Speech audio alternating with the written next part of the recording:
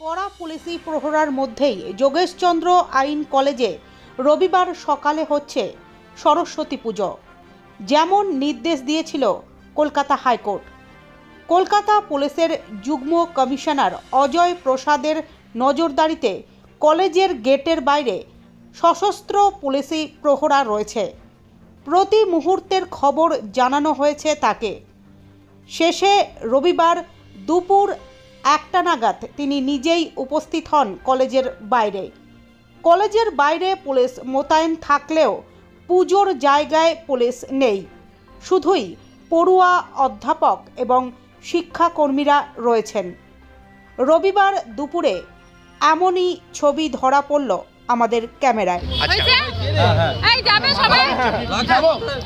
ওকে, আমি কোনো প্রশ্ন নেব না, ঠিক আছে? আমার স্টেটমেন্ট হচ্ছে এখানে যে মহামান্য হাইকোর্টের নির্দেশে একটা পুলিশি অ্যারেঞ্জমেন্ট করা হয়েছে যাতে এখানে সুস্থভাবে পুজো হয়। আমি সেটা দেখার জন্য সুপারভিশনে এসেছি, ঠিক আছে? এবং আমরা টাইম টু টাইম আসছি, আমি আছি, ডিসি আছেন, আমরা টাইম টু টাইম এসে এটা দেখে যাচ্ছি যাতে কোনো অসুবিধা না হয় কারো, ঠিক আছে? কলেজের ভেতরে কেমন পরিস্থিতি দেখলেন আপনি? Thank you.